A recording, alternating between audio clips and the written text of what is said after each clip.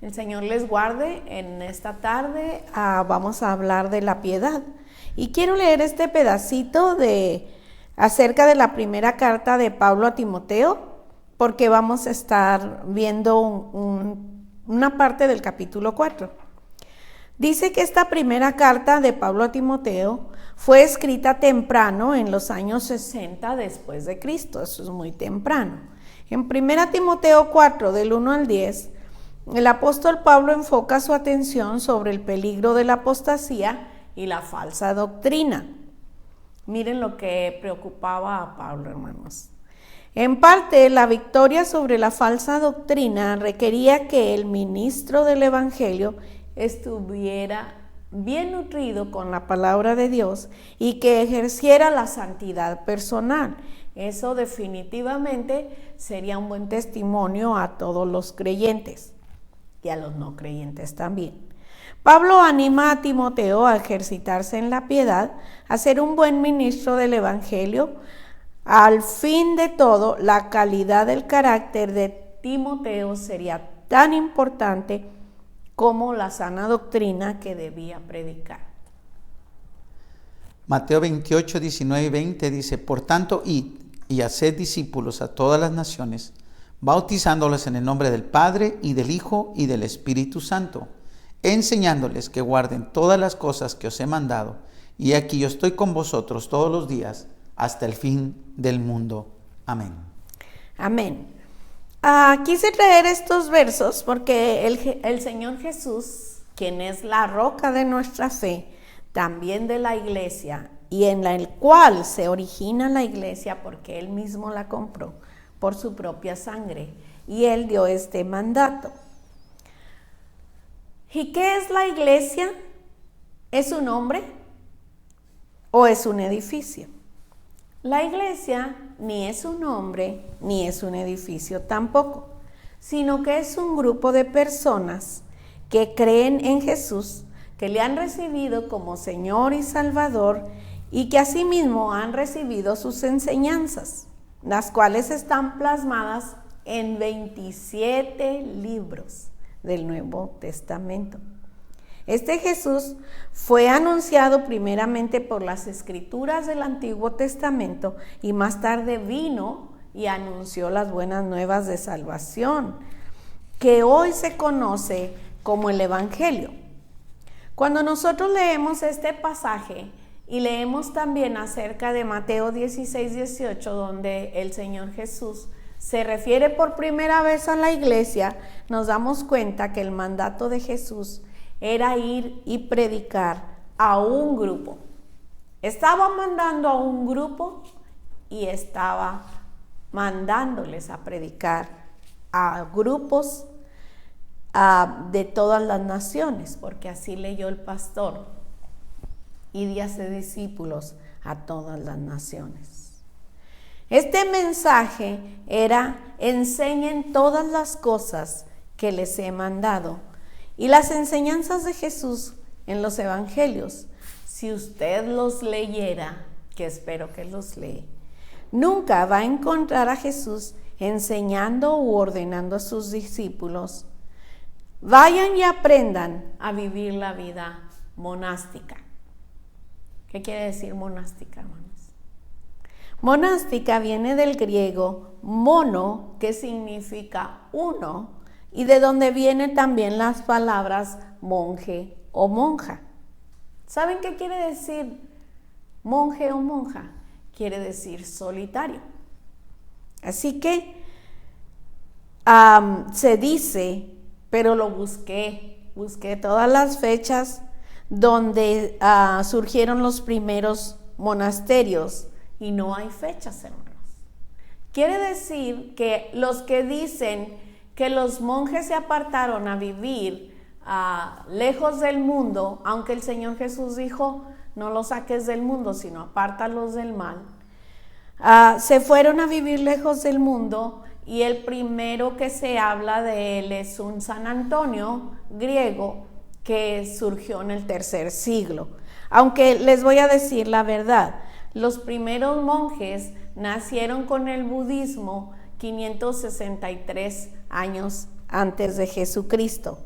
Pero este Buda nació en la India, muchos pensamos que era chino, pero resulta que nació en la India y él trajo esas enseñanzas y ustedes todavía pueden ver monasterios budistas en la China y en diferentes partes del mundo.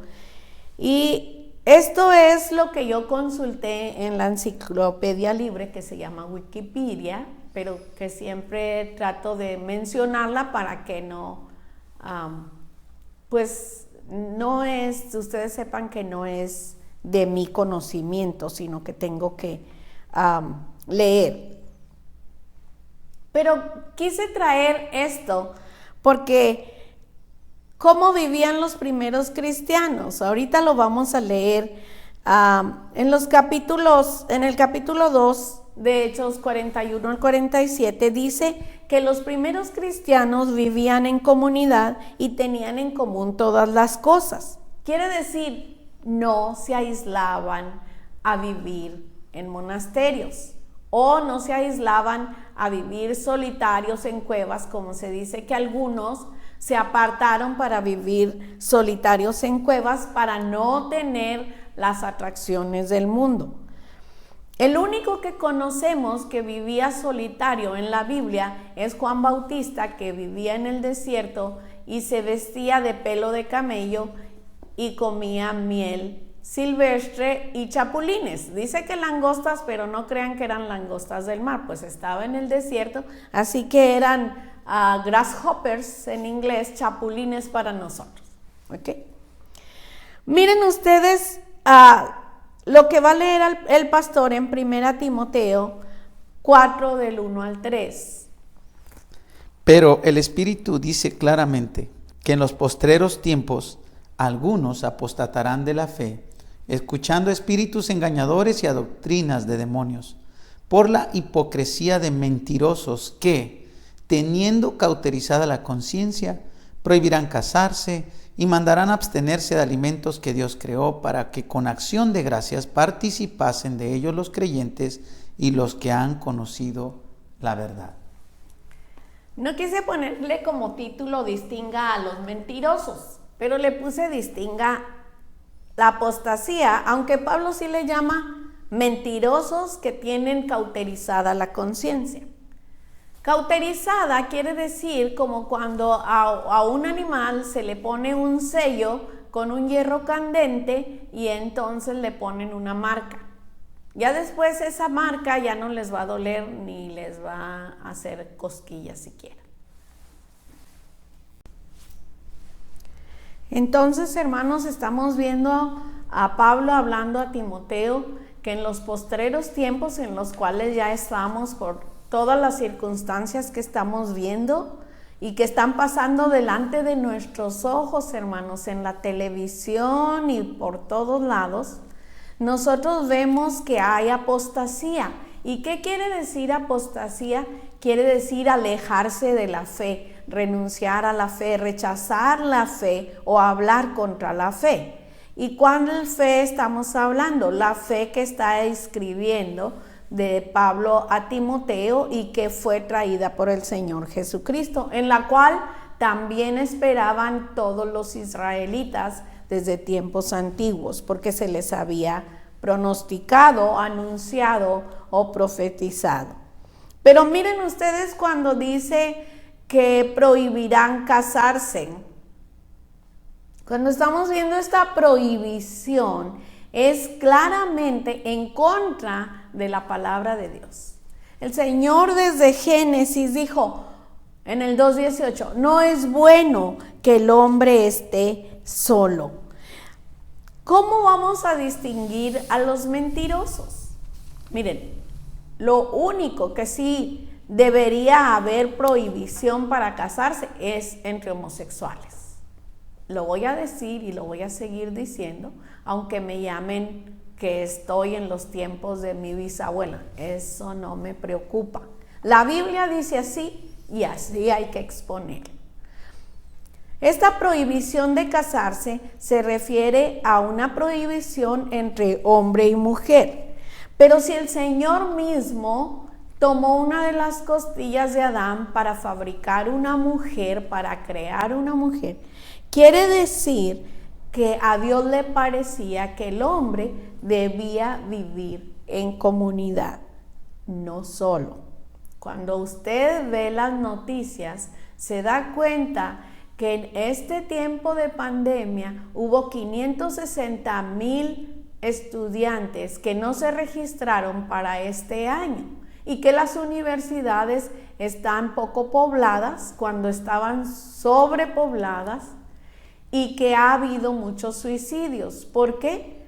Porque los muchachos y las muchachas que han quedado en la universidad se sienten solos y entonces se deprimen y esto los ha llevado al suicidio. Ahora hay muchos psiquiatras, psicoanalistas y psicólogos que están trabajando con los muchachos de las universidades para ponerlos a buscar actividades que les lleven a dejar de pensar en el suicidio.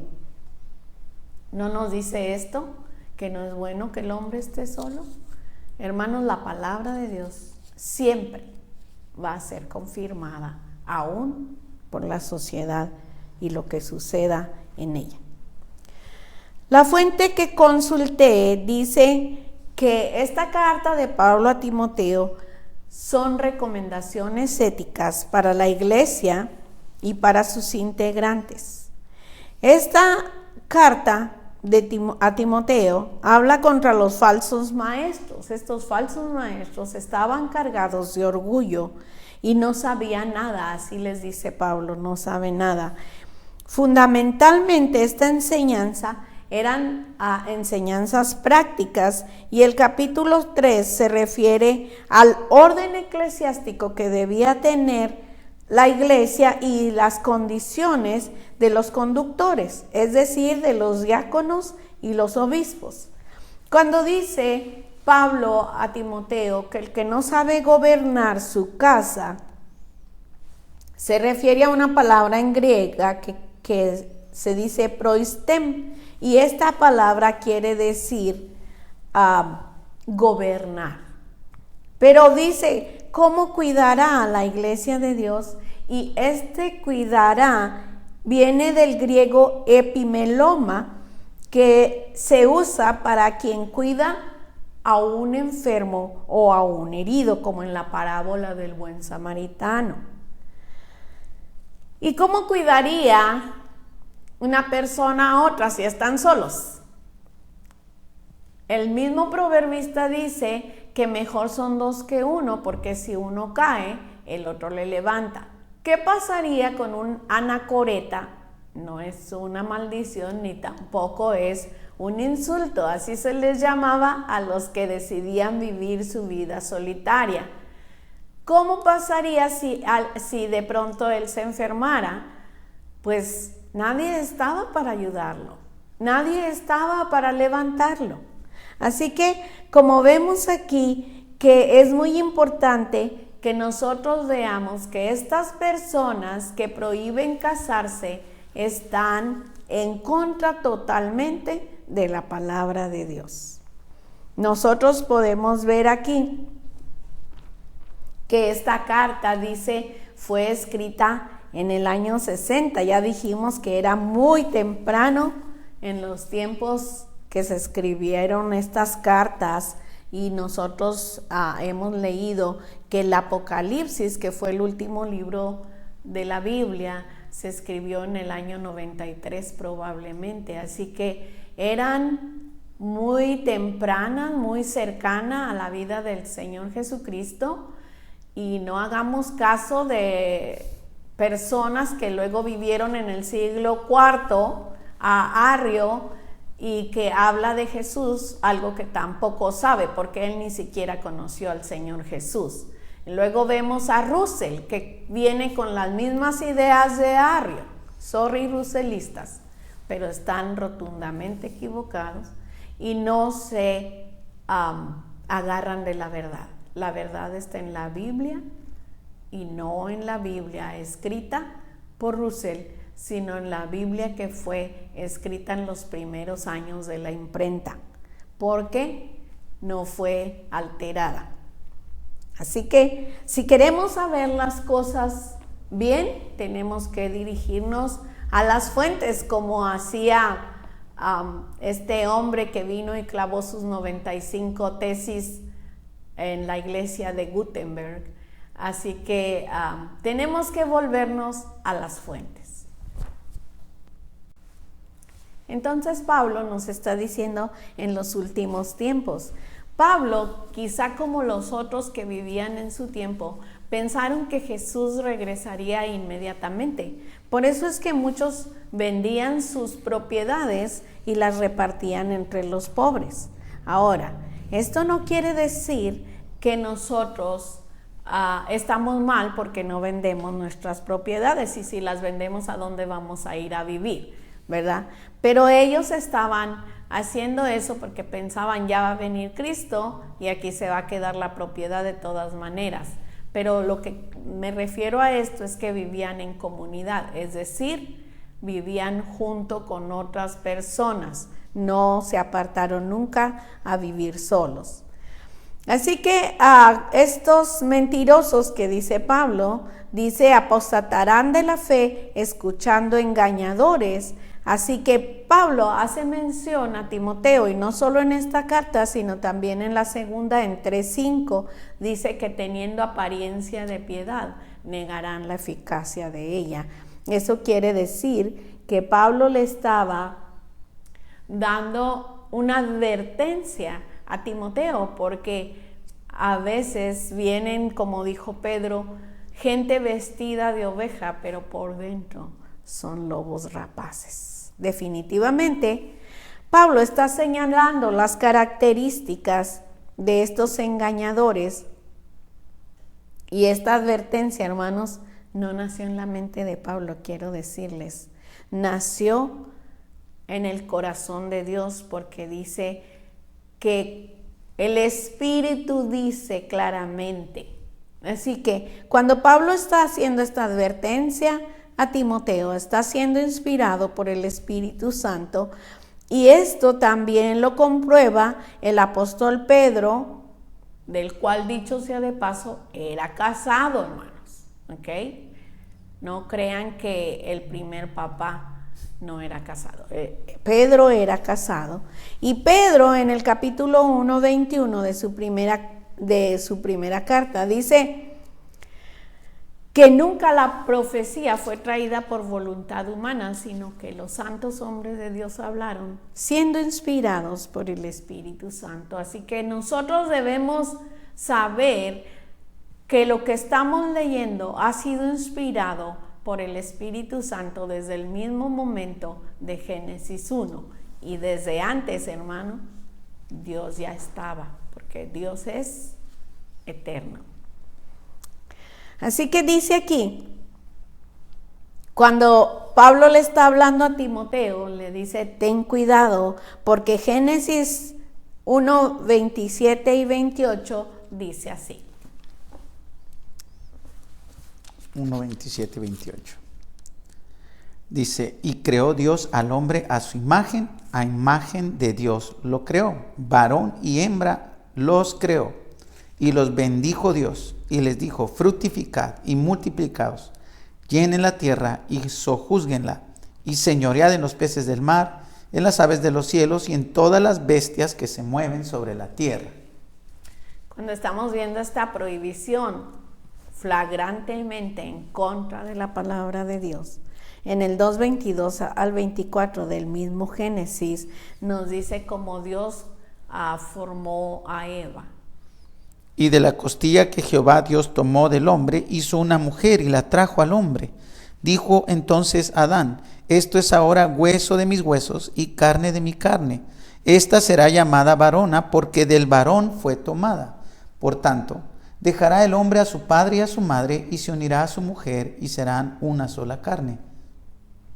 Miren ustedes que esto es confirmado por Jesús en Marcos 10:9, dice, por tanto, lo que Dios unió no lo separe el hombre. ¿Cómo dice ahí, pastor? Por tanto, lo que Dios juntó no lo separe el hombre. No lo separé el hombre y no solo se refería a un juez en un tribunal, sino también a cualquier hombre que se quiere interponer entre un matrimonio. Y cuando nosotros vemos el matrimonio que Dios formó, es un matrimonio entre un hombre y una mujer, y por eso los cristianos siempre vamos a decir que el matrimonio definitivamente es entre dos personas de sexo opuesto. Además, en Juan 2, Jesús fue invitado a una boda, hermanos. Y si nosotros leemos al respecto, Él de ninguna manera estaba condenando a los contrayentes. Fue invitado y fue bendición en la boda de Caná, y nosotros vemos cómo fue de bendición el Señor. Así que quiere decir que si hubiera sido pecado casarse, el Señor nunca hubiera fabricado a Eva de la costilla de Adán. Pero sigamos con el verso 3 de este capítulo 4 de Timoteo. Dice, prohibirán casarse y mandarán abstenerse de alimentos que Dios creó para que con acción de gracias participasen de ellos los creyentes y los que han conocido la verdad. Miren ustedes, dice que con acción de gracias. No quiere decir que solo el último jueves de noviembre tenemos que dar gracias, sino cada día que tenemos pan en nuestra mesa, debemos dar gracias a Dios, porque el Señor nos provee siempre para nuestras necesidades. Y gracias a Dios por su infinita misericordia. Pero ¿saben una cosa? La mayoría de nosotros crecimos, dije la mayoría para no incluir a todo mundo, crecimos sabiendo que en Semana Santa no debemos comer carne, ¿verdad? Hay algunos que se abstienen, no, por 40 días no voy a ver televisión, o voy a dejar mi teléfono guardado por 40 días. Algunos dicen, yo no voy a fumar o no voy a tomar. Esto está bueno, hermanos, porque le dan un respirito a sus pulmones y a su hígado. Pero el mismo apóstol Pablo nos dice en 1 Corintios 8:8, hablando de los alimentos. Dice la palabra, si bien la vianda no nos hace más aceptos ante Dios, pues ni porque comamos seremos más, ni porque no comamos seremos menos. Cuando dice ni porque comamos seremos más, se refiere a más espirituales, porque dice, tú que eres espiritual, si alguien te ve sentado en una mesa de ídolos, ahí mismo en el capítulo 8. Entonces Pablo les está hablando no solo a personas maduras en la fe, cuando les dicen ni porque comamos seremos más, porque ya sabemos que los ídolos nada son, y ni porque no comamos seremos menos espirituales. La misma carta a los Corintios en el capítulo 10 y versos 25 y 26 dice, de todo lo que se vende en la carnicería comed, sin preguntar nada por motivos de conciencia, porque del Señor es la tierra y su plenitud. Amén. Y los versos 30 al 31, pastor, de ese mismo capítulo. Y si yo con agradecimiento participo, ¿por qué he de ser censurado por aquellos de que doy gracias? Si pues coméis o bebéis o hacéis otra cosa, hacedlo todo para la gloria de Dios. Miren ustedes aquí, Pablo tiene el mismo pensamiento. Vamos a comer dando gracias a Dios y comer cualquier cosa que se nos ponga enfrente. Y ¿saben qué, hermanos? Nosotros queremos hablar lo que dice la Biblia. Dice que del Señor es la tierra y su plenitud. Otra vez, si nos vamos a Génesis, vemos a Dios diciéndole al hombre, de toda planta que ves, te la he dado para comer. Pero eso no quiere decir que solo iban a comer plantas. Digo, si usted quiere ser vegano o vegetariano, pues allá usted y su conciencia, lo que usted quiera hacer está bien, si usted quiere convertirse en vegano. Pero cuando la Pascua el Señor les dijo que podían comer carne, ¿Y qué era la carne que podían comer? La carne de un cabrito. Pero más tarde en el desierto, cuando salieron de Egipto, ellos estaban comiendo codornices. Así que quiere decir que en Semana Santa o en cualquier tiempo podemos comer carne, podemos comer pavo, podemos comer pollo, podemos comer cualquier cosa que debemos comer, aunque sangre no, pero ahorita vamos a decir por qué. ¿Ok? Entonces dice aquí, si usted quiere comer carnitas estilo Michoacán, dé gracias a Dios y coma. Solamente si usted sabe que esas carnitas fueron ofrecidas a los ídolos, entonces usted no las coma por no ocasionar tropiezo a un débil en la fe. Porque en realidad ya sabemos nosotros que los ídolos nada son. El libro de los Hechos en el capítulo 15 dice que hubo un concilio en Jerusalén. Un concilio es la reunión de personas para determinar alguna ley. Y cuando este concilio tuvo lugar, fueron los apóstoles los que estaban ahí.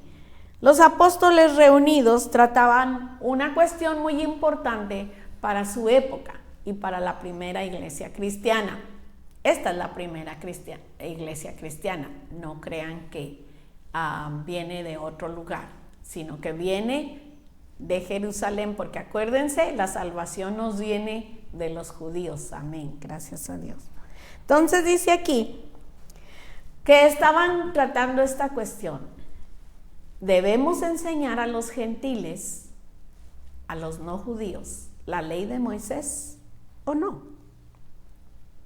Cuando nosotros vemos a Pedro hablando cómo los gentiles también habían recibido el Espíritu Santo y cómo Pablo y Bernabé estaban ahí para afirmarlo, quiere decir que ellos se dan cuenta que Dios no estaba haciendo acepción de personas ni estaba haciendo distinción entre judíos y gentiles. Pero Jacobo se levanta y en el verso 19 y 20 de Hechos 15 nos dice: por lo cual yo juzgo que no se inquiete a los gentiles que se conviertan a Dios, sino que se les escriba que se aparten de las contaminaciones de los ídolos, de fornicación, de ahogado y de sangre. Miren ustedes las prohibiciones que iban a hacer para los no judíos, los cuales somos nosotros. Ya había dicho Pablo, coman de todo lo que venden en la carnicería. ¿Okay? Pero aquí Jacobo dice solamente que no coman sangre. Esta prohibición viene desde el Antiguo Testamento y viene hasta el Nuevo Testamento y hasta nuestros días, porque dice, porque la sangre es la vida. Entonces quiere decir que no debemos comer moronga, morcilla o como se llame, pero dice, de lo demás que venden en la carnicería pueden comer. Así que todo lo que Dios creó, dice, es bueno y nada es de desecharse. El mismo Génesis nos dice, y vio Dios todo lo que había creado y aquí que era bueno en gran manera. Amén y amén. Finalmente vamos a ver esta parte que es la disciplina y por qué se menciona aquí. 1 Timoteo 4 del 7 al 10. Dice: desecha las fábulas profanas y de viejas, ejercítate para la piedad, porque el ejercicio corporal para poco es provechoso, pero la piedad para todo aprovecha, pues tiene promesa de esta vida presente y de la venidera. Palabra fiel es esta, y digna de ser recibida por todos, que por esto mismo trabajamos y sufrimos oprobios, porque esperamos en el Dios viviente, que es el Salvador de todos los hombres, mayormente de los que creen.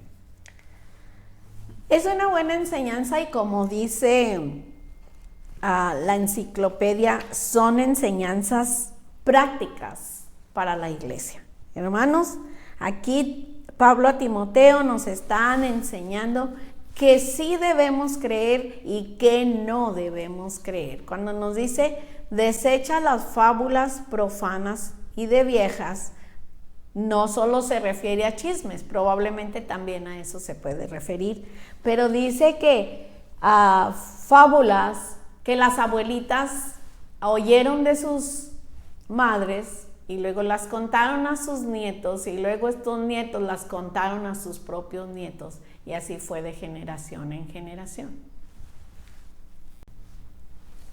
Entonces estas tradiciones que se dicen de las abuelas, que vienen de una generación a otra, hermanos, no siempre tienen base bíblica.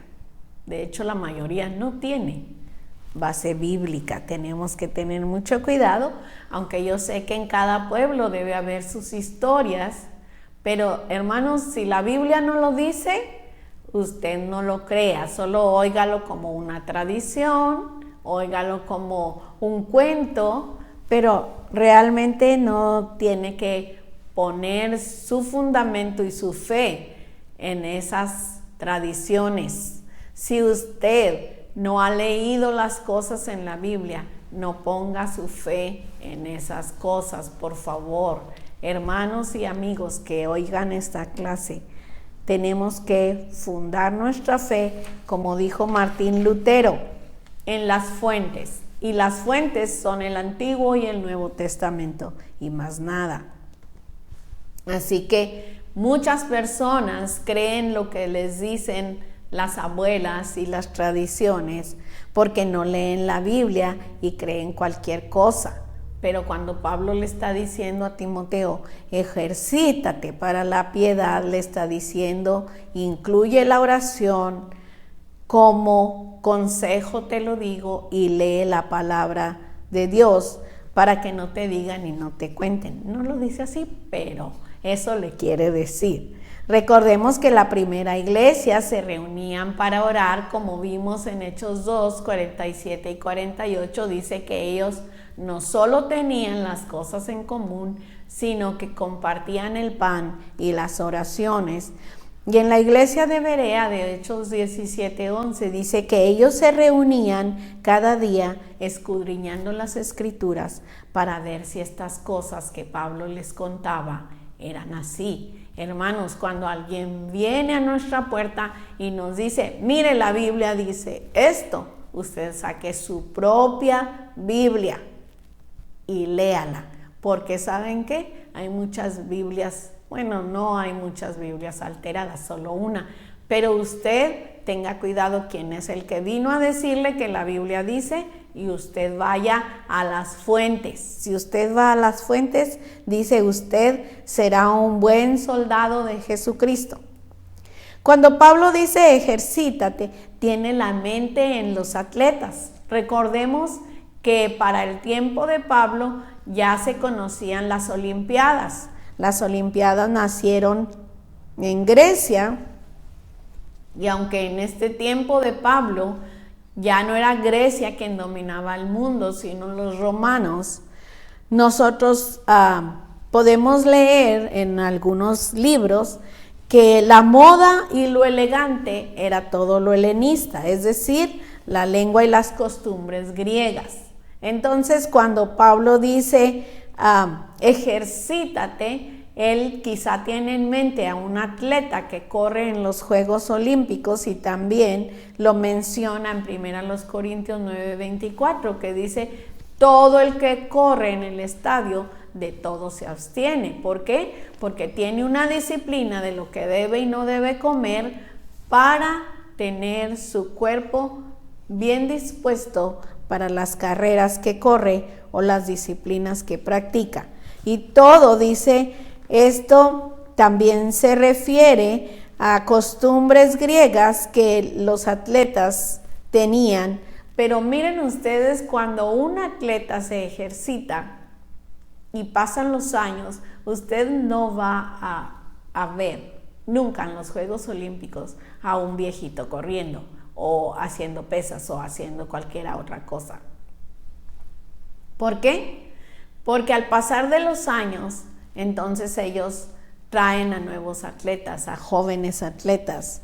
Entonces dice Pablo, el ejercicio corporal para poco es provechoso. Eso no quiere decir que usted no debe ir al gimnasio, tampoco si usted quiere ir a un gimnasio, que al cabo los gimnasios están al aire libre ahora, usted puede ir a un gimnasio, pero eso le quiere decir Pablo, usted no descuide la disciplina espiritual. Dice, porque la disciplina espiritual tiene recompensa en esta vida y en la venidera. Así que aunque el vigor se le acabe a usted, usted nunca va a dejar lo que aprendió en la Biblia. Esto me trae a la mente a un viejecito que era parte de la iglesia donde nos convertimos. El hermano era un ávido lector de la Biblia y cuando ya no podía ver y lo visitábamos, entonces el hermano repetía lo que íbamos leyendo en la Biblia porque se sabía muchas partes de memoria. Él ya no veía, hermanos, pero vemos lo que dice Pablo.